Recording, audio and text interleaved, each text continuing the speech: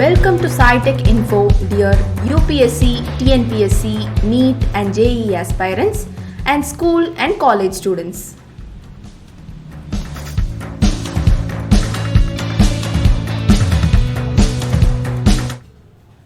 Welcome to SciTech Info, my dear students, particularly UPSC, TNPSC aspirants, then school students who are appearing for board examinations, and also NEET and JEE aspirants.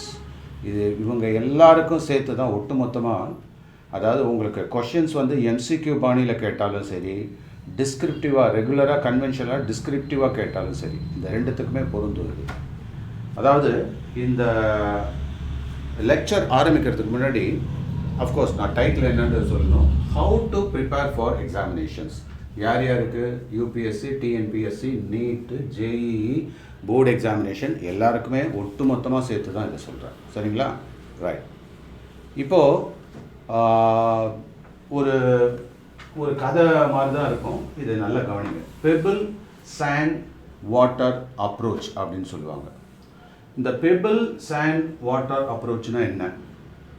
இதில் என்னென்னா, ஒரு professor இருக்கார். அவர் தன்னோட ஸ்டூடெண்ட்டுக்கு என்ன பண்ணுறாருனாக்கா, நிறைய students உட்காந்துருக்காங்க. இந்த ஸ்டூடெண்ட்ஸ் எல்லாம் இருக்கிறப்போ ஒரு டெமோ மாதிரி அவர் காமிக்கிறார். என்ன காமிக்கிறாருனாக்கா, தட் இஸ் ஒரு ஸ்ரீபெட் பாட்டில் மாதிரி எடுத்துக்கிறாரு. அந்த ஸ்ரீபெட் பாட்டிலில் அவர் ஃபஸ்ட்டு வந்து என்ன பண்ணுறாரு, பெபிள்ஸ் இருக்குது பார்த்தீங்களா, அந்த பெபிள்ஸ் எல்லாம் உள்ளே போட்டுடுறாரு. பெபிள்ஸ்லாம் என்ன, கூழாங்கல் சொல்கிறோம் இல்லையா, அந்த கூழாங்கல்லாம் முதல்ல போட்டுடுறாரு. போட்டுட்டு இவர் என்ன பண்ணுறாரு, whether the bottle is full அப்படின்னு கேட்குறாரு. நல்லா கம்ப்ளீட்டாக பேக் பண்ணிட்டார். பாட்டில் ஃபுல்லாக இருக்கா அப்படின்னு கேட்குறாரு. ஸோ பாட்டில் ஃபுல்லாக இருக்கணும். ஸ்டூடெண்ட்ஸ் அதை பார்த்துட்டு yes sir it is full அப்படின்னோடனே உடனே என்ன பண்ணார், ஒரு சாண்டு பார்ட்டிகள்லாம் எடுத்து அதை உள்ளே கொட்டுறாரு. அந்த இந்த இண்டு இடுக்கெல்லாம் போய் அப்படியே பேங்க் செட்டில் ஆகிடுது. அது பார்த்தீங்கன்னா ஏகப்பட்டது உள்ளே போகும்.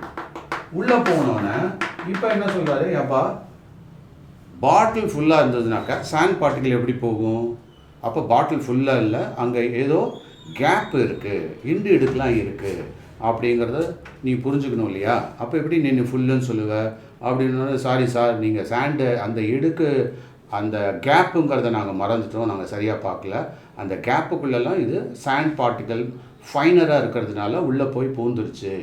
அதனால தான் it can take more amount of sand. இது எங்களுக்கு புரிஞ்சிருச்சு. இப்போ மறுபடியும் அதே கொஷினே கேட்குறாரு, இந்த பாட்டில் ஃபுல்லாகிடுச்சா அப்படின்ட்டு.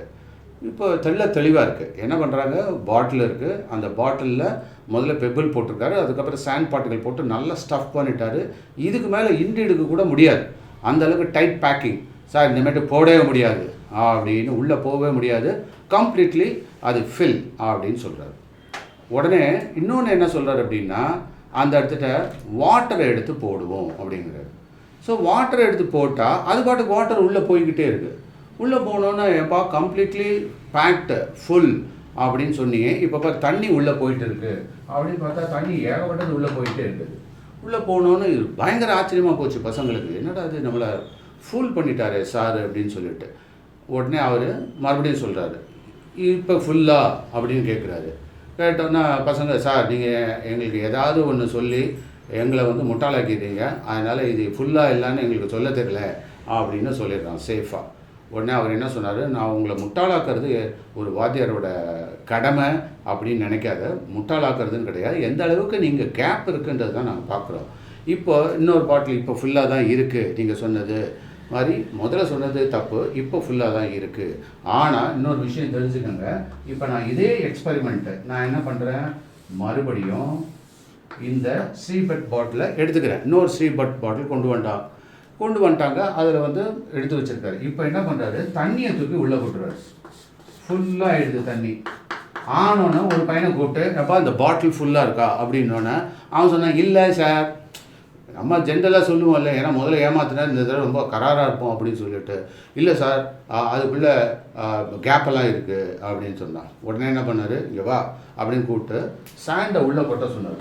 சாண்டை உள்ளே கொட்டினோன்னே ஒரு கொஞ்சோண்டு போனோடனே ஓவர்ஃப்ளோ ஆகிடுச்சு. ஓவர்ஃப்ளோ ஆனோன்னே, எப்போ அது ஃபுல்லாக இருந்ததுனால தானே ஓவர்ஃப்ளோ ஆச்சு அப்படின்னாரு. அப்புறமேட்டு என்ன பண்ணார், இன்னொரு பையனை கூப்பிட்டாரு, இந்த பெபிள்ஸ் எடுத்து உள்ளே கொட்டுனாரு. அவன் பெபிள்ஸ்லாம் உள்ளே கொட்டினால இருக்கிற மொத்த தண்ணியும் வெளியில் வந்துடுச்சு, இருக்கிறதெல்லாம் வெளியில் வந்துடுச்சு. இப்போ நான் இந்த சின்ன ஒரு டெமோ ஆர் ஸ்டோரி எதுக்காக சொல்ல வந்தேன் அப்படின்னா, இங்கே தண்ணி கொட்டினீங்கள்ல, இதெல்லாம் வந்து எம்சிக்யூ மாதிரி ஃப்ரீக்வெண்ட்லி ஆஸ்டு கொஷின்ஸ் வச்சுக்கலாம், எக்ஸாமினேஷன் கொஷின்ஸ் வச்சுக்கலாம், போர்டு எக்ஸாமினேஷன் கொஷின் வச்சுக்கலாம், டிஸ்கிரிப்டிவ் கொஷின் வச்சுக்கலாம், என்ன கொஷின் வேணாலும் வச்சுக்கணும். எக்ஸாமில் கேட்கக்கூடிய கொஷின்ஸ் அது எப்படி வேணால் கேட்பாங்க. இல்லை நம்ம டிஎன்பிஎஸ்சி அந்த ப்ரிலிமினரி லெவலில் நாங்கள் பண்ணுறோம் எம்சிக்யூ. இப்போ வந்து போர்டு எக்ஸாமினேஷன் சிபிஎஸ்சியில் அவங்க எம்சிக்யூவாக கேட்குறாங்க, அதில் ட்விஸ்ட்லாம் பண்ணி கேட்டிருப்பாங்க.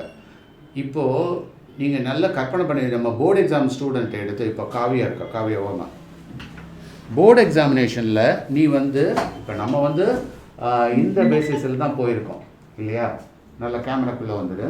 இப்போ போர்டு எக்ஸாமினேஷனில் நீ எப்படி ப்ரிப்பேர் பண்ண, அதாவது எம்சிக்யூ அட்டன் பண்ணி ப்ரிப்பேர் பண்ணியா, இல்லைன்னா நம்ம அந்த கான்செப்ட் மேப்லாம் போட்டுட்டு அந்த ஸ்ட்ராட்டஜி அடாப்ட் பண்ணுவோம், அதுதான் அந்த பெபிள் மாடல், அதை ப்ரிப்பேர் பண்ணியா, எது உனக்கு கம்ஃபர்டபுளாக இருந்தது? ஏன்னா காவியா வந்து ஒரு great student, one of the great students of Sai tech. அவருடைய ப்ரிப்பரேஷன் டெக்னிக்கை பற்றி கேட்போம். சார் ஃபஸ்ட்டு வந்து இந்த கான்செப்டில் வந்து டாபிக் ட்ரீ ப்ரிப்பேர் பண்ணோம் சார். அதுக்கப்புறம் அது பேஸ்ட் ஆன் கான்செப்ட் மேப்ஸ்லாம் போட்டோம். அதை வச்சுட்டு ஒரு டோட்டல் ஸ்கெட்ச் நோட் போட்டோம். அதை வச்சு படிக்கும் போது இன்னும் ஈஸியாக இருந்துச்சு சார். அதுக்கப்புறமா நம்மளுக்கு அந்த யூனிட் டெஸ்ட்லாம் இருக்கும்போது அந்த கான்செப்ட் ஃபுல்லாக தரவாயிருச்சு சார். ஓகே சார், இதையே இப்போ நாம் வந்து இந்த ஜிபி டிபி இதெல்லாம் போடுவோம், எடுத்தோடனே எம்சிக்யூவை நிறைய வச்சுக்கிட்டு அப்படி பண்ணியிருந்தாக்கா அது வந்து கம்ப்ளீட் கவரேஜ் கிடச்சிருக்குமா? இல்லை சார், ஜிபி டிபி நம்ம கொஸ்டின் டிஸ்கிரிப்டிவாக ப்ராக்டிஸ் பண்ணி நம்மளுக்கு அந்த கான்செப்ட் தரவாயிட்டுன அப்புறம் தான் நம்ம எம்சிக்கு அட்டன் பண்ண முடியும். Okay, good, very good. So இந்த ஸ்டூடெண்ட்டை கேட்டோம், அவளுடைய அப்ரோச்சும் நாங்கள் எப்படி ட்ரைனிங் கொடுத்துருக்கோமோ அது மாதிரி தான் அவளும் பண்ணியிருக்கா. அந்த பேசிஸில் வந்து பார்த்தீங்கன்னாக்கா அப்போது வெறும் எம்சிக்யூவை அட்டன் பண்ணிவிட்டு இதெல்லாம் இம்பார்ட்டன்ட் கொஷின் அப்படின்னு சால்வ் பண்ணுறதுன்னா it may take more time. கான்செப்டை கவர் பண்ண முடியாது, கம்ப்ளீட்டாக பண்ண முடியாது. இப்போ நம்ம பண்ணுற அப்ரோச் அந்த மாதிரி பண்ணாக்கா எம்சிக்யூ முதல்ல எடுத்தோம் அப்படின்னா என்ன ஆகும், முதல்ல தண்ணி எடுத்து கொட்டுறோம், இருக்கிறதெல்லாம் வெளியில் வந்துடும், படிக்க படிக்க பயம் வந்துடும், அது தெரியலையே இது தெரியலையே அப்படின்ட்டு. ஆனால் இப்போது இந்த நாங்கள்லாம் வந்து பார்ப்போம் ஸ்கூல்லலாம், காலேஜில் ஸ்கூல்லலாம் பிரின்ஸிபால் அவங்க டேபிள்லாம் அந்த காலத்தில் இப்போயும் இருக்கான்னு தெரியும், இருக்கும். இப்போ தான் பேப்பர் ஒர்க்கே நிறைய டிமினிஷ் ஆகி போச்சு, எல்லாம் ஆகும்னாக்கா கம்ப்யூட்டரில் தான் கீஇன் பண்ணிக்கிறாங்க, பேப்பர்லெஸ் டிபார்ட்மெண்ட்டாக மாறிட்டு வருது. மிந்தி பேப்பர் நிறைய ஹேண்டில் பண்ணுற டயத்தில் அவங்க என்ன பண்ணுவாங்க அப்படின்னாக்கா அங்கே பேப்பர் இதை டேபிள் இருக்கும், டேபிள் மேலே பேப்பர் வெயிட்லாம் வச்சுருப்பாங்க, பக்கத்தில் வந்து பார்த்திங்கன்னா நிறைய பின்ஸ் எல்லாம் இருக்கும். இந்த பின்ஸை என்ன பண்ணுவாங்க, நான் ரொம்ப கவனிச்சிருப்பேன், ஜிம் கிளிப்லாம் நிறைய வச்சுருப்பாங்க, அதில் வந்து பார்த்தோன்னாக்கா ஒரு மேக்னெட்டை தூக்கி போட்டு வச்சுருப்பாங்க. சரியா, இது நான் ரொம்ப நாளாக கவனிச்சிட்டே இருப்பேன், ஏன்டா அதில் மேக்னெட்டை போட்டு வச்சுருப்பாங்க அப்படின்ட்டு. கடைசியில் பார்த்தா அது எதாவது செதறிச்சுன்னு வச்சுக்கிங்க, டக்குன்னு முதல்ல செதறாது, ஏன்னா மேக்னெட் பிடிச்சிக்கிட்டு இருக்கும். அதுக்கப்புறம் என்ன, அப்படியே செதறினாலும் அதை கோத்தடலாம் ஈஸியாக. ஸோ ஒரு மேக்னெட் எடுத்து அப்படியே ஒரு 100 கொத்தாக அப்படியே அள்ளிடலாம். அதே மாதிரி தான் கான்செப்ட் மேப் நம்ம பண்ணிட்டோம்னா அதுலேருந்து 100 கொஷின் கேட்கலாம், 200 கொஷின் கேட்கலாம், 10 டிஸ்கிரிப்டிவ் கொஷின்ஸ் கூட கேட்கலாம். புரியுதா? அதனால தான் நான் என்ன சொல்கிறேன், முதல்ல ஒரு டாபிக் எடுத்திங்கன்னா அந்த டாப்பிக்கில் என்னென்ன இருக்குது அதுதான் கான்செப்ட். இந்த லிஸ்ட் ஆஃப் கான்செப்ட்ஸ் இப்போ சொல்கிறது தான் நாம் என்ன சொல்கிறோம், டாபிக் ட்ரீ அப்படிம்போம். ஒரு டாபிக் எடுங்க, எப்போதுமே நமக்கு வந்து கவுண்டபிள் வந்து ஐ மீன் கவுண்ட்ஸ் ஈஸியாக இருந்ததுன்னா கொஞ்சம் திருப்தியாக இருக்கும் இல்லையா? ஒரு கவுண்ட் கம்ஃபர்டபுளாக இருக்குது அப்படின்னா, இப்போ நானே கிளாஸ் டியூரேஷன் ஒரு 10 மினிட்ஸ் எடுப்பேன், 20 மினிட்ஸ் எடுப்பேன் அப்படின்னா யூடியூப்லேயே வந்து பார்த்தீங்கன்னாக்கா சார் எடுத்தாருன்னா ஒரு 10-15 நிமிஷத்துக்கு மேலே தாண்ட மாட்டார், அதிகபட்சம் போனால் 20 நிமிஷம். இப்போ நான் ஒரு 2.5 மணி நேரம் கிளாஸ் எடுக்கிறேன்னு வச்சுக்க, எடுக்க முடியாது இல்லை. இப்போ ரெகுலர் கிளாஸில் லைவ் கிளாஸில் அப்படி தான் போயிட்டு இருக்குது. அதை அப்படியே லைவ் டெலிகாஸ்ட் பண்ணோம்னா எத்தனை பேர் பார்க்க போகிறாங்க, போர் அடிச்சிடும், அப்படி இப்படிம்பாங்க. அதுதான் அதோட அவள் தான். அப்போது இதுதான் நம்ம அடிக்கடி இதில் கூட சொல்லுவோம் இல்லையா, resistance is directly proportion to என்னது, the length, that is also the duration அப்படின்னு வச்சுக்கலாம். அப்போ longer the duration greater will be the resistance developed அப்படின்ற மாதிரி ஆகிடும். ஸோ அந்த பேசிஸில் நம்ம ஷார்ட்டர் நம்மளால் 20 மினிட்ஸ் மேலே கான்சன்ட்ரேட் பண்ண முடியறதில்ல யூஸ்வலாக ஒரு ஹியூமன் பீயிங். அந்த பேசிஸில் ஒரு ஷார்ட்டாக நம்ம பண்ணோம்னா அப்பப்போ பிரேக் பண்ணி பண்ணோம்னா அந்த லேர்னிங் வந்து பர்ஃபெக்டாக இருக்கும். ஸோ அந்த பேசிஸில் நம்ம என்ன பண்ணணும், முதல்ல கவுண்டபிளாக ஆக்கிக்கணும். ஃபஸ்ட்டு இந்த டாபிக் ட்ரீயில் ஒரு டாபிக் இருக்குது அப்படின்னாக்கா அதில் வந்து ஒரு 5 கான்செப்ட்ஸ் இருக்குது, 10 கான்செப்ட்ஸ் இருக்குது, அதிகபட்சம் எவ்வளோ இருக்கும் சொல்லுப்பா நீ உனக்கு எவ்வளோ ஒரு ஜென்ரலாக நம்ம வந்து ஃபிசிக்ஸோ கெமிஸ்ட்ரியோ மேக்ஸோ பயாலஜியோ ஹையர் செகண்டரி லெவலில் எடுத்துக்கிறோன்னு வச்சுக்கோங்க. ஈவன் 10th ஸ்டாண்டர்ட் லெவலில் நீ ஹையர் செகண்டரி லெவலில் நீ சொல்லு. அதிகபட்சம் இப்போ ஒரு ஹையர் செகண்டரி லெவல்னா ஒரு மேக்ஸிமம் 10 to 12 கான்செப்ட்ஸ் இருக்கலாம். 15 கான்செப்ட்னா அதிகபட்சம் வச்சுக்க, அதுக்கு மேலே தாண்டாது. அப்போது நம்ம இந்த 15 என்ன அப்படின்னு போட்டோம்னா கொஞ்சம் திருப்தியாக இருக்கல, பார்த்தோன்னா அப்பா 15 அது படிச்சிட்டா போதும். இப்போ சின்ன குழந்தைங்களை கூட பார்த்தா அப்படின்னாக்கா எங்கள் வீட்டில் நான் சின்ன பிள்ளையாக இருக்கிறப்ப அது ஊட்டிகிட்டு இருப்பாங்க எங்கள் அம்மா.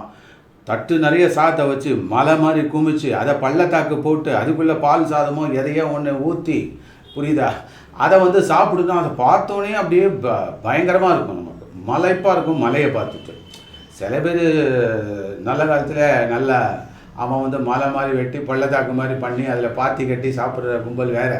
ஆனால் சின்ன குழந்தைங்களுக்கு இல்லையா பாவம், அதுங்களுக்கு திணறும், என்னடா இவ்வளோ வச்சுருக்காங்களே அப்படின்னு சொல்லிட்டு. அதுவே ஒரு பால் சாதமோ தயிர் சாதமோ சாம்பார் சாதமோ என்ன உருண்டை அப்படி பிடிச்சி வச்சுட்டு, புரியுது, அது பர்டிகுலராக நான் எங்கள் அம்மாவோட நான் உடம்பு சரியில்லாதப்போ எங்கள் அம்மா எனக்கு எப்படி ட்ரீட் பண்ணுவாங்க அப்படின்ற எக்ஸ்பீரியன்ஸ் இப்போ வருது, இப்போ நினச்சா கூட வருது. அதில் என்ன பண்ணுவாங்கன்னாக்கா இந்த சாதம் அதில் நமக்கு நல்ல டேஸ்ட்டாக சுவையாக சாப்பிட்ருப்போம் இல்லையா, அப்படி சுவையாக சாப்பிட்டுட்டு இவங்க என்ன பண்ணுவாங்க, வெறும் சாதம் புனப்பாகம்பாங்க அது பேர். அந்த சாதத்தை உப்பு போட்டு ஒன்றுமே கிடையாது நல்ல கஞ்சி மாதிரி போட்டு பிசைஞ்சு அதை பார்த்தோன்னே கன்றாவியாக இருக்கும். ஏற்கனவே வாந்தியும் பேதியுமா நமக்கு இருக்கும், இந்த லட்சத்தில் நம்ம அதை பார்த்தோன்னே ஆகிடும். ஸோ அதனால் அந்த ஆயிடக்கூடாதுன்றதுக்காக இவங்க என்ன பண்ணுவாங்கன்னாக்கா உருண்டை தொட்டுக்க வை, எனக்கு தொட்டுக்க இல்லைன்னா இறங்காது. ஸோ அதனால் ஒவ்வொன்றுத்தையும் தொட்டுக்க வைக்கணும். ஸோ தொட்டுக்கிற மாதிரி அவங்களுக்கு என்ன பண்ணுவாங்க, நாத்தங்காய் அது மாதிரி வச்சுருப்பாங்க. அது அந்த நாத்தங்காயை ஒவ்வொன்றுத்துலேயும் வை அப்படிம்பேன். ஆனால் ஒவ்வொன்றுத்தையும் இப்படி வச்சு ஒன்று தான் எடுத்துப்பேன் அப்படிம்பாங்க. இதை ஒன்று தாண்டா வச்சுருக்கேன், சைட்டில் இப்படி வச்சுருப்பாங்க, டப்புக்குன்னு அப்பப்போ வச்சுருவாங்க, நமக்கு தெரியாது. அதனால் எப்படியோ ஏமாற்றி அது நம்ம நன்மைக்காக தான் அவங்க அந்த சின்ன சின்ன உருண்டையாக வைக்கிறப்ப நமக்கு தெரியாது. 5 உருண்டை தாண்டா 6 உருண்டை தான். அவங்க நம்ம ஏதாவது கதை சொல்லிட்டே பண்ணுவாங்களா, டப்புன்னு உள்ளே போயிடும், அவங்க சமத்தாக உள்ளே கொண்டு வந்துடுவாங்க அந்த கண்டென்ட். அதே மாதிரி தான் டீச்சர்ஸும். அந்த நல்ல டீச்சர்ஸ் அமையலையா, நீயே படிக்க போறியா, நீயும் அப்படி தான் பண்ணணும். நம்ம ஒட்டு மொத்தமாக அப்படியே பார்த்தோம்னா மலைப்பாக இருக்கும், எந்த பக்கம் அப்படியே வரியாக இருக்கும், எரிச்சலாக இருக்கும் பார்த்தாலே.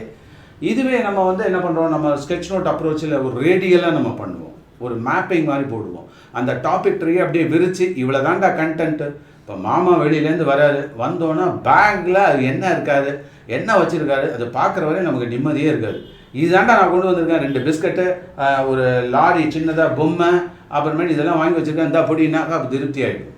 அந்த பாக்ஸை பிரித்தா தான் நமக்கு திருப்தியாக இருக்கும். அதே போல தான் இங்கே கண்டென்ட்டை நம்ம பார்க்கணும். இந்த கண்டென்ட் இவ்வளோ தான் அப்படின்னு தெரிஞ்சு போச்சுன்னா அதுவே நமக்கு வந்து அந்த கண்டென்ட்டை பார்க்குறது எப்படி தெரியுமா, இந்த டாபிக் ட்ரீ, அதாவது அந்த கண்டென்ட் லிஸ்ட்டு.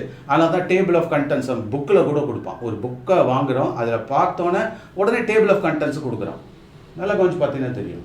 அதை பார்த்தோன்னே நமக்கு திருப்தி இருக்கும். நம்ம ஒரு இன்ட்ரெஸ்டான டாபிக் கூட உள்ளே போகலாம், திடீர்னு இப்படி உள்ளே பூந்து கூட படிக்கலாம், சரியா. ஸோ அந்த பேசிஸில் இந்த டாபிக் ட்ரீ அப்படிங்கிறது அது ஜூம் பண்ணி பார்க்குற மாதிரி, அதாவது ஒரு பேர்ட்ஸ் பெர்ஸ்பெக்டிவில் இருக்கும், ஒரு கழுகு பார்வைன்னு சொல்லுவாங்க. அப்படி மேலேருந்து டாப்லேருந்து ஏரியல் வியூ பார்க்குற மாதிரி இருக்கும். இதுதான் அப்படின்னு தெரிஞ்சிச்சுன்னா ஃபஸ்ட்டு கான்ஃபிடென்ஸு டாபிக் ட்ரீ, இவ்வளோ தான் கான்செப்ட்ஸு. ஓகே, பாவனி சொன்ன மாதிரி 15 கான்செப்ட்ஸ். இப்போ 10th லெவலில் என்ன இருக்கும், ஒரு 8 கான்செப்ட்ஸ் இருக்கும். லெஸ் தேன் 10 தான் இருக்கும், 10 கான்செப்ட்னு வச்சுப்பேன். நமக்கு தெரிஞ்சோடனே சரி, ஒரு சின்ன பிள்ளை லெவலில் 10 கான்செப்ட், பெரியவங்களானாக்கா ஒரு 15 கான்செப்ட். அப்பா திருப்திடா, ஃபஸ்ட்டு கான்ஃபிடென்ஸ். அதை இது எழுதுறதுக்கு எவ்வளோ நேரம் ஆக போகுது, இதுக்கு டீச்சரோட துணை வேணுமா, நான் சொல்கிறது புரியுது. அதையே நம்ம எழுத மாட்டேங்கிறோம். நீங்கள் படிக்கிறப்ப என்ன பண்ணணும், எல்லாத்துக்கும் நம்ம சாய்டக்கில் கூட சில 9th ஸ்டாண்டர்ட் ஸ்டூடெண்ட்ஸ்லாம் இருக்கான். அவன் என்ன பண்ணுவான்னாக்கா, அவன் பேக்குள்ள, அவன் பைக்குள்ள, அவன் நோட் புக்குக்குள்ளே, அவன் புக்குக்குள்ளே எத்தனாவது பேஜில் எந்த சாப்டருக்கு நாம் பார்த்து சொல்லணும்.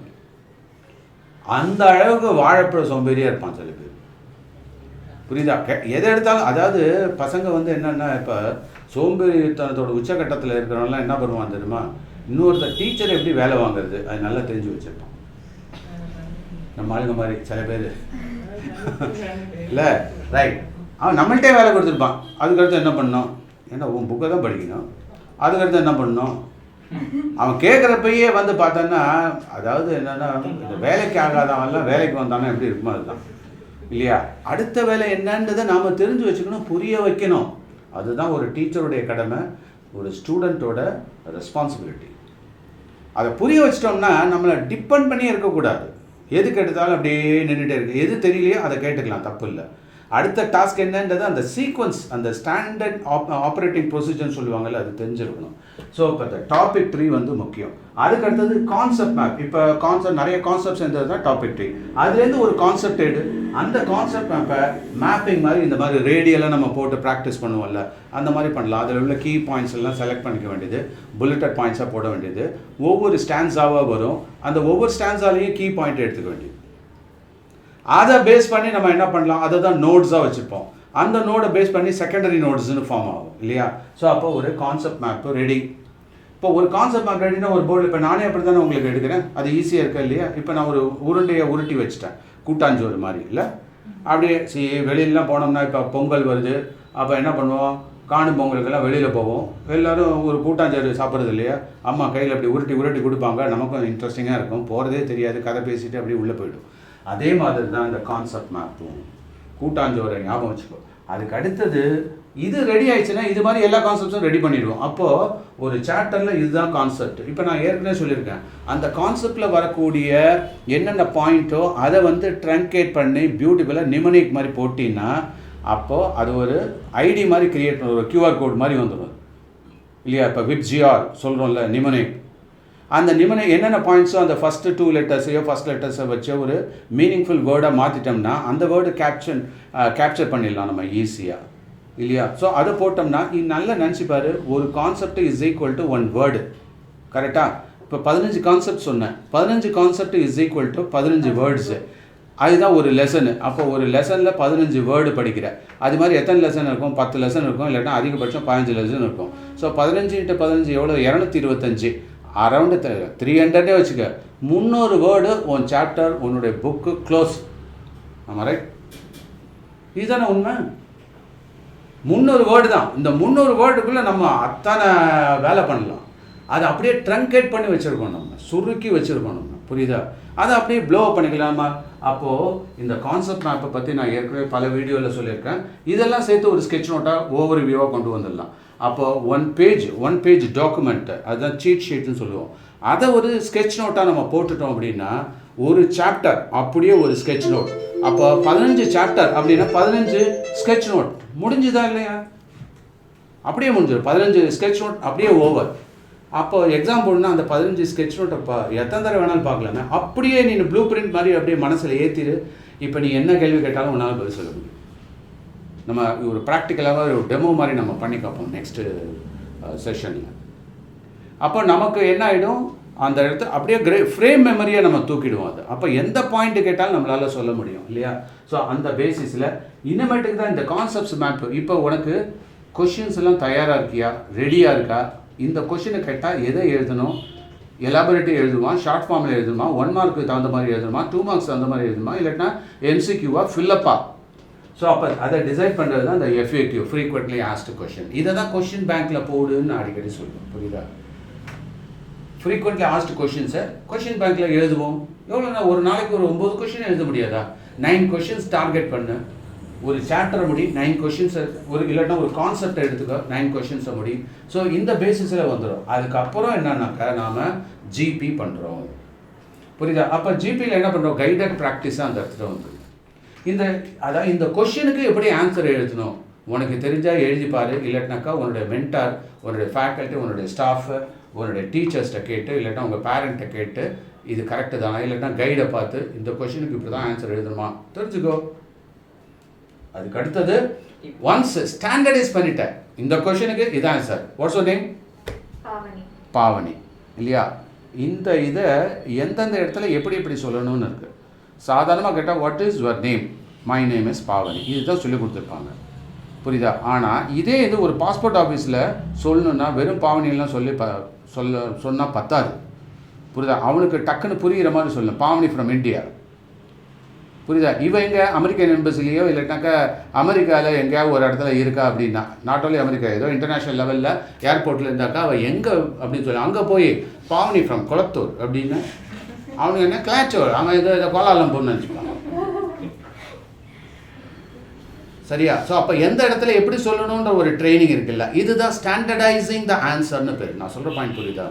எப்படி கேட்டால் எந்த ஆன்சருக்கு தகுந்த மாதிரி, மார்க் வெயிட்டேஜுக்கு தகுந்த மாதிரி, எக்ஸாம் வெயிட்டேஜுக்கு தகுந்த மாதிரி நாம் கொடுக்கணும் அப்படிங்கிறது முக்கியம்.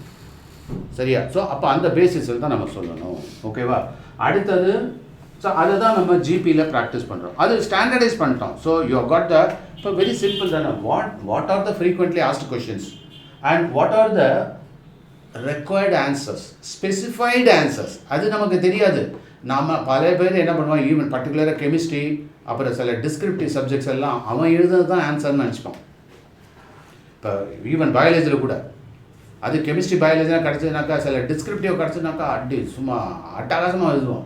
கெமிஸ்ட்ரியில் வந்து அந்த கெம்மை விட்டுருவான், ஹிஸ்டரி வந்து நிறையா இருக்கும், செமையாக எழுதுவான். எனக்கு சில ஸ்டூடெண்ட்ஸில் நான் ஏதாவது ஜோக்காக சொல்லியிருப்பேன். அதாவது ஒரு இடத்துல சொல்லியிருந்தேன், சோடியம் வந்து தனியாக பார்த்தீங்கன்னா ஒரு பயங்கர எக்ஸ்ப்ளோசிவ் விடாது, வாட்டரில் போட்டால் வயலண்ட்டாக ரியாக்ட் ஆகும். குளோரின் வந்து என்னென்னா பாய்சனஸ்ஸு. அந்த குளோரின் வந்து என்ன ஆகும், தட் இஸ் அ பஞ்சன் ஸ்மெல்லு வரும், ப்ளீச் பண்ணி விட்டுரும். அதனால் இந்த ரெண்டும் தனித்தனியாக இருக்கிறப்போ என்ன பிரச்சனை அப்படின்னாக்கா ரொம்ப டேஞ்சரஸாக இருக்குது. ஆனால் இதுவே ரெண்டும் சேர்ந்து இருந்தது அப்படின்னாக்கா அந்த இடத்துல என்ன ஆகும், சோடியம் குளோரைடுன்னு இருக்குது, ரொம்ப யூஸ்ஃபுல்லான ஒரு சால்ட்டு, உப்பில்லா பண்டம் குப்பையிலே அப்படிங்கிற மாதிரி அது ரொம்ப அவசியமாக அது ஆயிடுது. அப்போ கம்பைண்டாக இருக்கிறப்ப ஒரு ப்ராப்பர்ட்டி, செப்பரேட்டாக இருக்கிறப்ப இன்னொரு ப்ராப்பர்ட்டி. இதை நீ நல்லா புரிஞ்சுக்கணும். இது ஸ்டூடெண்ட் வந்து பார்த்தா அப்படின்னாக்கா தனியாக கூப்பிட்டு ஒரு பையனை கேட்டோம்னாக்கா அவன் ஒழுங்காக இருப்பான், யோகியமாக இருப்பான், நல்லா இருப்பான். ஆனால் அவனே வந்து ஒரு 4-5 பேர் ஒன்றா சேர்ந்துட்டான், அது ஒரு சினிமா கொட்டாயில் போயிட்டான்னு வச்சுக்கேன், அது இன்னும் ஒருத்தன் விசில் அடித்தான்னா நைட்டு தானே இருட்டு தானே எவன் அடித்தான்னு தெரியாதுன்னு அவன் அடிப்பான். அப்போ அந்த கலாட்டா தான் மாஸ் அண்ட் இண்டிவிஜுவல்னு சொல்லுவாங்க. அதாவது நாமளே அப்படி தான், நம்ம ஒரு கூட்டத்தோடு இருக்கிறப்போ நம்மளுடைய தனி மனித தத்துவம், அந்த தனி மனித தன்மையை இழந்துட்டு ஒருத்தன் சொன்னான்னா உடனே இவனு நம்ம கோரஸ் அது புரிய வச்சோம்னாக்கா அவன் வேறு விதமாக இருப்பான். இந்த விஷயத்தை நான் சோடியம் குளோரின் இதை பற்றி டிஸ்கஸ் பண்ணப்போ ஒரு கதை ரூபத்தில் இப்படி சொன்னேன். Believe me or not, electrovalency ionic bond present in sodium குளோரைடுக்கு ஒரு பையன் இந்த கதையை எழுதி வச்சுருக்கான். அவனை கூப்பிட்டு உண்மையிலேயே பாராட்டினாட்டே, என் கிளாஸை நல்லா சூப்பராக கவனிச்சிருக்க, ஆனால் இது ஆன்சர் கிடையாது தம்பி. எனக்கு கூட ஒரு எக்ஸ்பீரியன்ஸ், காமன் அயான் எஃபெக்ட் அப்படின்னு என்னன்னு ஃப்ரெண்ட் ஒருத்தவங்க எழுத சொன்னா, the effect undergoing by ion is called common ion effect. அது பேர் இருக்குல்ல, அதை வச்சு அதாவது இந்த வாயால் வடை சுடுவான்னு சொல்லுவாங்கல்ல, அந்த மாதிரி காமன் அயான் எஃபெக்ட் என்னன்னா, அப்போ இது தெரியாதா? See, it is the effect which are commonly available among ions. That is called common ion effect. எப்பா சாமி நீ எங்கேயோ போயிட்டப்பா, இங்கே இருக்கவும் இல்லை. கொஸ்டினை வச்சு answer what is steric effect undergoing by steric. சூப்பராக இதுவா இண்டக்டிவ் எஃபெக்ட் அப்படின்னு. What is inductive effect? See, the inducing effect. It is highly inducing, you know. அதில் வேற அட்டகாசத்தோட உச்சகட்டத்தில் ஏதோ சொன்னா இதெல்லாம் வந்து பாவம், அவர் கண்ணிலேருந்து தாரையாக தண்ணி வரும் திருத்துறவருக்கு இல்லையா? திருத்துறவர் எவ்வளோ கஷ்டமாக இருக்கும். இப்படியெல்லாம் எழுதிருக்காங்கப்பா தம்பி, இப்படியெல்லாம் எழுதக்கூடாதுடா வேணா, அந்த ரேஞ்சில் போய் அவர் தோப்பு காரணம் போடாத அளவுக்கு ஆகிடுது. ஸோ இதுக்கெல்லாம் காரணம் என்ன? இந்த கொஷினுக்கு இதுதான் ஸ்டாண்டர்ட் ஆன்சர் அப்படிங்கிறத, அந்த ப்ரெசன்டேஷன் ஆஃப் ஆன்சர், அந்த ஒரு ஸ்கில் செட்டு அதை நம்ம ரெடி பண்ணோம். பர்டிகுலராக இப்போ நீங்கள்லாம் ஐஏஎஸ், ஐபிஎஸ், டிஎன்பிஎஸ்சி, யூபிஎஸ்சி எக்ஸாமினேஷன்லாம் எழுத போகிறீங்க. அதில் வந்து எம்சிக்யூ நமக்கு எப்போதுமே ஜாலி தான் வச்சுக்கேன். ஏதாவது எதை தெரிஞ்சிருக்கோ ஏதோ இங்கி போட்டு டக்குன்னு ஏதாவது ஒன்று அடிச்சு விட்டுறீங்க, அது தெரியும். இன்னொரு வேறு இதெல்லாம் நான் நிறைய யூடியூப்லாம் பார்க்குறேன். ஸ்ட்ரைக் அவுட் த இம்பாசிபிலிட்டிஸ் எல்லாம் பண்ணலாம், எலிமினேஷன் மெத்தட் இதெல்லாம் சொல்கிறாங்க. ஆனால் சிலதுக்கு தான் ஒத்து வரும், எல்லாத்துக்கும் யூனிவர்சல் பெனேஷியெல்லாம் கிடையாது. சில விஷயத்தில் ஆன்சர் தெரியலைன்னா அப்படியே உட்கார வேண்டியது தான், புரியுதா? ஸோ அந்த பேசிஸில் வந்து பார்த்தோன்னாக்கா நம்ம எல்லாத்துக்கும் ஒரே மாதிரி ஸ்ட்ராட்டஜிலாம் கொடுக்கக்கூடாது. அதை கொஷின் கேட்குறதோட அர்த்தம் என்ன? நான் சில இதெல்லாம் கூட பார்த்துருக்கேன். அதாவது இந்த மேத்தமேட்டிக்ஸ் சம்ஸ்லாம் போட்டு இதுதான் ஷார்ட்கட் மெத்தட், 8 வந்ததா அதை அப்படியே போடு, ரூட்டுவா அதை 2ன்னு வச்சுக்கோ, என்ன 2ன்னு வச்சுக்க 7ன்னு வச்சுக்க, அது என்ன கான்செப்ட் எவனும் கேட்குறதும் கிடையாது. இதுக்கு என்ன தான் கான்செப்ட்? இதை பற்றி ஐ திங்க் தட் இஸ் இந்த 8 பாவனி வந்து சப்சிக்வெண்ட்டாக நான் அதை பண்ண வைக்கிறது. அதாவது ரூட்டுக்குள்ளே வேணால் இப்போ ரைட் நான் எக்ஸ்பிளைன் பண்ண அதை பற்றி.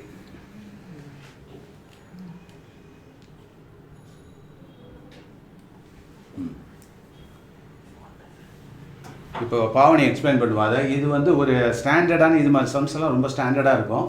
இது ஏன் பண்ணுறோம், எதுக்கு பண்ணுறோம், இதுக்கு ஸ்ட்ராட்டஜி.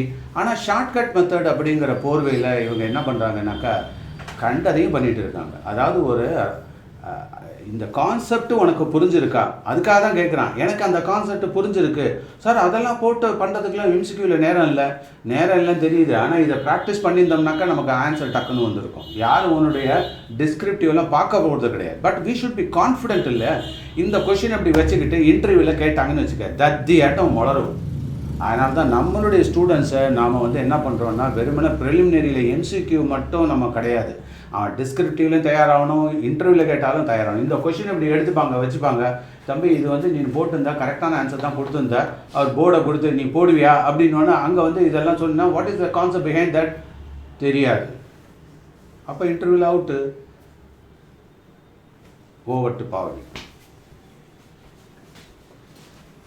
ஸோ இப்போ கொஸ்டின் என்ன அப்படின்னா whole root of 8 into root of 8 root of 8 root of 8 root of 8. So ரூட்குள்ளேயே ரூட் வருது 5 டைம்ஸ் வந்து இந்த இடத்துல 8 வருது. இதில் என்ன வேல்யூ அப்படின்றது தான் வந்து இல்லை தேவையில்லாத இடத்துலாம் கொஞ்சம் அழைச்சிது ஃப்ரீயாக இருக்கும்.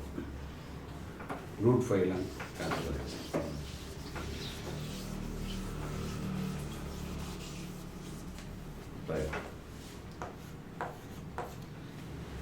ஸோ ரூட் வந்து இந்த இடத்துல ரூட்குள்ளேயே வந்து 5 டைம்ஸ் 8 வருது. இதோட வேல்யூ என்ன அப்படின்னு சொல்லி எவாலுவேட் பண்ண சொல்றாங்க. இது வந்து சில சார் சொன்ன மாதிரி சில இடத்துல ஷார்ட்கட் மெத்தட்ல வந்து ரூட்னா 2ன்னு வச்சுக்கோங்க, அதை சும்மா மல்டிப்ளை பண்ணுங்க, அது வந்து 32ன்னு வரும், மேலே 31 போடுங்க. என்ன லாஜிக்னே நமக்கு புரியாது.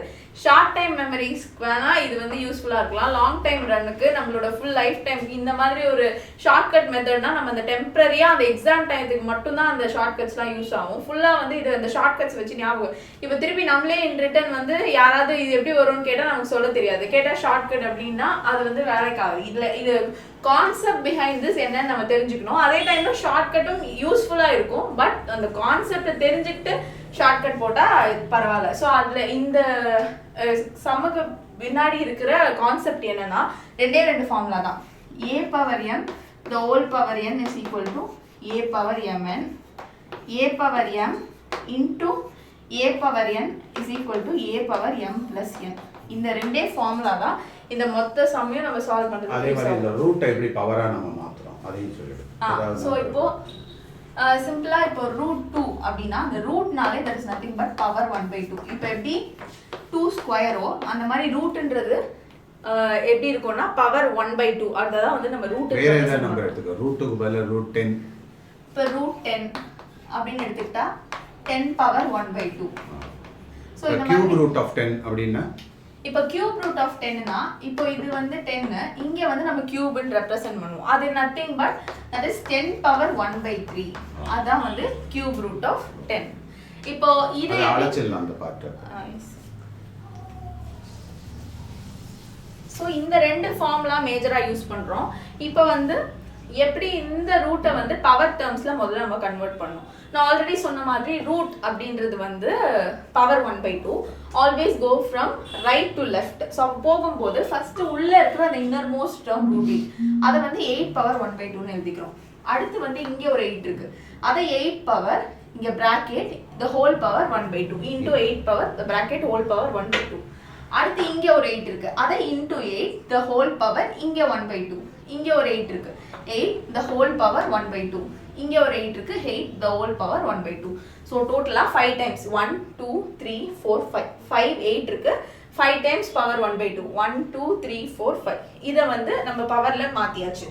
இப்போ ஃபஸ்ட்டு இந்த இன்னர் மோஸ்ட் டேர்மை வந்து நம்ம ஃபேக்டரைஸ் பண்ணணும். அதுதான் அதுக்கு நம்ம யூஸ் பண்ணுற ஃபார்முலா தான் இந்த 2 ஃபார்முலாஸ். ஃபர்ஸ்ட் வந்து 8 பவர் 1. 8னா it's understood that it is 8 power 1. So 1 + 1/2 வந்து 3/2. 3/2 into 1/2 அது வந்து இங்கே a power m into n, a power mn. அதுதான் வந்து இங்கே 3/4ன்னு போடுறோம். இங்கே into 8 இருக்கு அகைன், அப்போ +1. அப்போ திருப்பி 8 பவர் இங்கே வந்து என்ன வரும்னா ஃபேக்டரைஸ் பண்ணோம்னா 3/4 + 1 is 7/4. the whole power 1/2னா 7/8. அதான் இங்கே போட்டிருக்கோம். அடுத்து இன்னொரு 8 இங்கே இருக்கிற 8 இதை வந்து ஃபேக்டரைஸ் பண்ணும்போது 7/8 plus 1. அப்போ வந்து 15/8 வரும். 15/8 the whole power 1/2. இங்க இருக்குல்ல இந்த 1/2 ஃபேக்டரைஸ் மல்டிப்ளை பண்ணும்போது 8 power 15/16. அடுத்து ஃபைனலா 8 into 8 power 15/16. இதை சிம்பிளிஃபை பண்ணோம்னா நமக்கு 31/16 வரும். 31/16 the whole power 1/2 is 31/16 the whole power 1/2 is 8 power 31/32.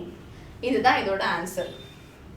இதுக்கு வந்து MCQ ஆப்ஷன்ஸ் கொடுத்துருப்பா.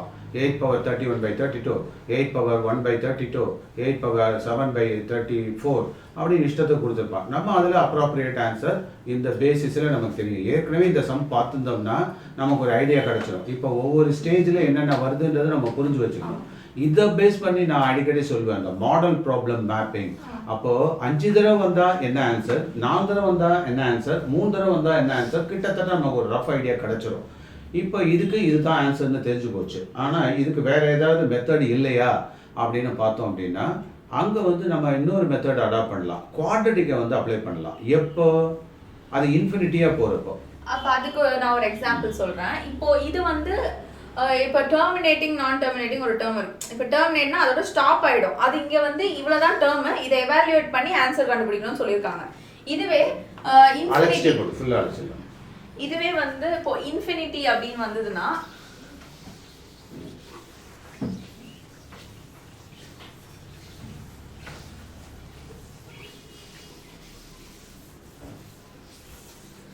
இப்போ இன்ஃபினிட்டி அப்படின்னு வந்ததுன்னா இப்போ √5 into √5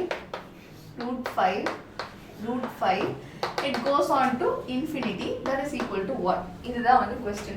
இப்போ till infinity-னா நமக்கு தெரியும். இப்போ number of infinity அப்படின்னும் போது நம்ம n number of multiple times அப்படின்றத சொல்லுவோம். ஜெனரலா n அப்படின்ட்டு into multiple times போச்சுன்னா into n அப்படின்னு மல்டிப்ளை பண்ணுவோம். இங்கே வந்து let us assume that as x.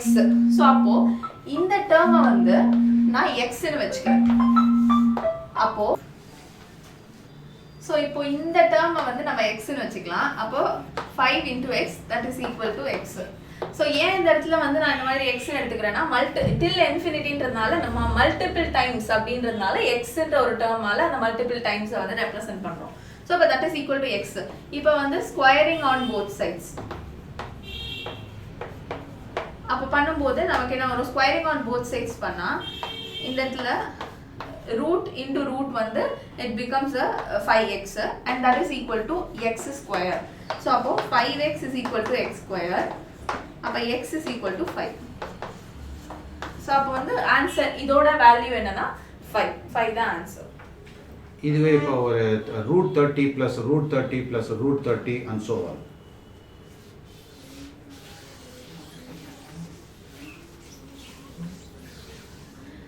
இப்போ வந்து √30 plus √30 plus √30 plus √30 and so on இப்படி போகும்போது இதோட வேல்யூ என்ன அப்படின்னு கேட்டாங்கன்னா, இப்போ இது வரைக்கும் நம்ம பார்த்தது இந்த ரெண்டுமே வந்து மல்டிப்ளிகேஷன்ல இருந்தது. ஸோ அப்போ மல்டிப்ளிகேஷன்ல இருக்கு, இங்க வந்து அடிஷன் இன்வால்வ் ஆகுது.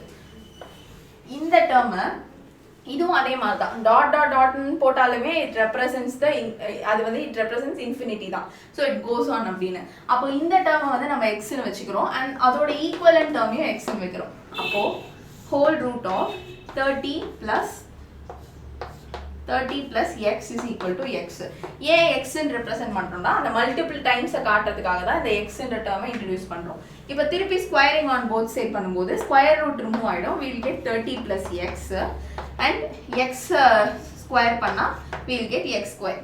இப்போ இது வந்து நமக்கு வந்து எங்கேயோ ரிசம்பிள் ஆகுது. அதாவது அதான் quadratic form ax plus bx plus c is equal to 0.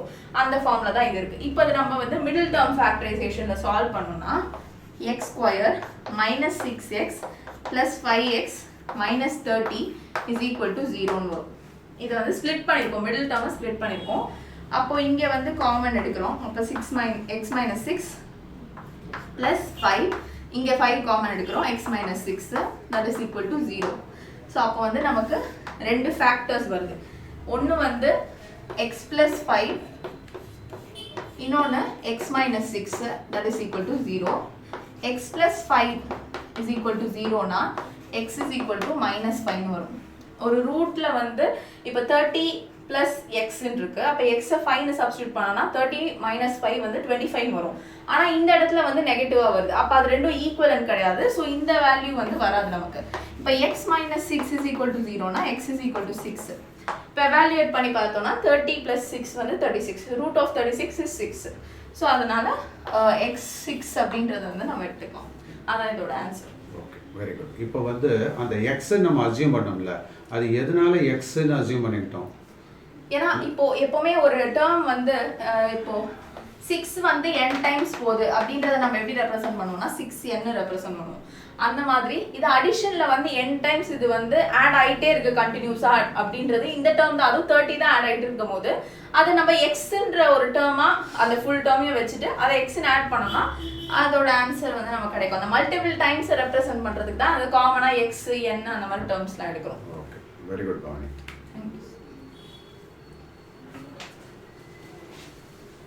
Now let us come back to the subject. இப்போ வந்து பாவனி வந்து சின்னதாக ஒரு டெமோ தான் பண்ணா. அந்த கான்செப்டில் ஸ்ட்ராங்காக இருந்ததுனால தான் இது மாதிரி எத்தனை கொஷின்ஸ் வேணாலும் கேட்கலாம் இல்லையா? இப்போ 30, 40 வச்சுக்கோ, 48 வச்சுக்கோ, square root of 40 plus square root of 40 plus square root of 40 என்ன? ஒவ்வொன்றுத்துக்கும் நம்ம எவ்வளோ கொஷின் 1000 கொஷின்ஸ் இந்த கான்செப்டை பேஸ் பண்ணி கேட்கலாமே. அப்போ 1000 கொஷின்ஸையும் ஒரே மாதிரி போட்டுருந்தோம்னா நமக்கு தான் டைம் வேஸ்ட்டு இல்லையா? ஸோ அதனால தான் நான் என்ன சொன்னேன், இந்த கான்செப்டில் ஸ்ட்ரெங்தன் பண்ணிட்டோம் அப்படின்னா ஆட்டோமேட்டிக்காகவே உங்களுக்கு எல்லாமே நல்லா வந்துடும். புரியுதா? ஸோ நான் உங்களுக்கு சொல்லக்கூடிய ஒரு முக்கியமான செய்தி என்னென்னா இதை நல்லா ஞாபகம் வச்சுக்கோங்க. அதாவது பெபிள் சாண்ட் வாட்டர் டெக்னிக். வாட்டர்ன்றது தான் இந்த இடத்துல questions, frequently asked questions, MCQ எது வேணாலும் இருக்கலாம். இந்த பெபிள் சாண்ட் அப்படிங்கிறது, இந்த பெபிள்ன்றது பேசிக் கான்செப்ட், சாண்டுங்கிறது a better understanding comprehension by your practice. So அப்போ என்ன ஆகிடும், தட் இஸ் டாபிக் ட்ரீ, என்ன கண்டென்ட்ஸுன்றது தெரிஞ்சுக்கணும். அப்புறம் ஒவ்வொரு கண்டென்ட்லேயும் ஒவ்வொரு கான்செப்ட்டுக்கும் கான்செப்ட் மேப் போட்டு அதை க்ளீனாக லாக் பண்ணிக்கணும். அதுக்கப்புறம் அதை பேஸ் பண்ணி ஒரு ஸ்கெட்ச் நோட் சம்மரி மாதிரி போட்டுட்டு அதுக்கப்புறம் ஃப்ரீக்வெண்ட்லி ஆஸ்டு கொஷின்ஸை ப்ராக்டிஸ் பண்ணணும். அதுக்கு ப்ராக்டிஸ் பண்ணுறதுக்கு தான் கைடட் ப்ராக்டிஸ்ன்னு அப்படி நீங்கள் வச்சுக்கணும். ஃபைனலாக என்ன பண்ணுறீங்க, நீங்கள் பண்ணதை இனிமேட்டுக்கு ஸ்பீடாக பண்ண முடியுதா, அந்த டைம் டெஸ்டடாக அது வரணும். அதுக்காக தான் என்ன பண்ணுறோம், இந்த டைம் டெஸ்டட் டார்கெட் ப்ராக்டிஸ், இந்த டிடிபி ஆர் டிபிங்கிறத நம்ம இன்சிஸ்ட் பண்ணிகிட்டே இருப்போம். புரியுதா? இது வந்து நீங்கள் ஒரு கோச்சிங் சென்டரில் போய் தான் பண்ணணும் அப்படிங்கிறது கிடையவே கிடையாது. வீட்டில் உட்காந்தே தாராளம் பண்ணலாம், செல்ஃப் ஸ்டடியே பண்ணலாம். ஆனால் நமக்கு தெரியும் நம்மளை பற்றி எந்த அளவுக்கு நமக்கு வீக்னஸ் இருக்குன்றது. அதனால தான் நம்ம வந்து இப்போ கோவிலுக்கு போகிறோம் இல்லையா? ஏன் நம்மளே இப்போ கோவிலில் போய் நம்ம பண்ணிக்க முடியாது இல்லையே? ஸோ ஒரு இடத்துக்கு போய் அந்த இடத்துல பண்ணால் எல்லாரும் அந்த இடத்துல கான்சன்ட்ரேட் பண்ணுறாங்க. அந்த என்விரான்மெண்ட் வந்து நமக்கு நல்ல விதமாக அமைஞ்சு கொடுக்கும். ஸோ அதனால தான் அங்கே போகிறோம்.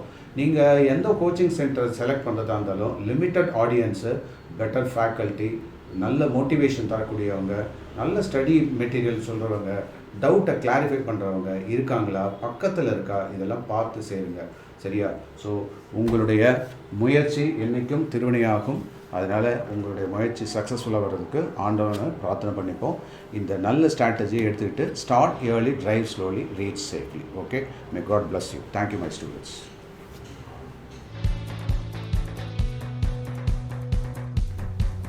யாம் பெற்ற இன்பம் பெருக இவ்வையகம் என்பதற்கேற்ப please subscribe if you like our educational contents and share with your family and friends.